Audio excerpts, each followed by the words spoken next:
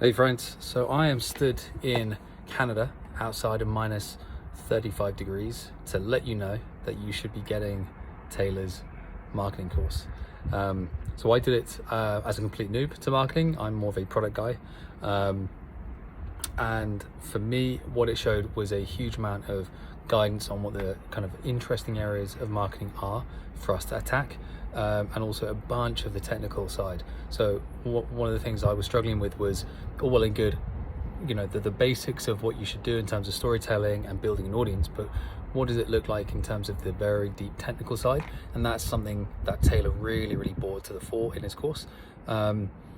He's really engaging.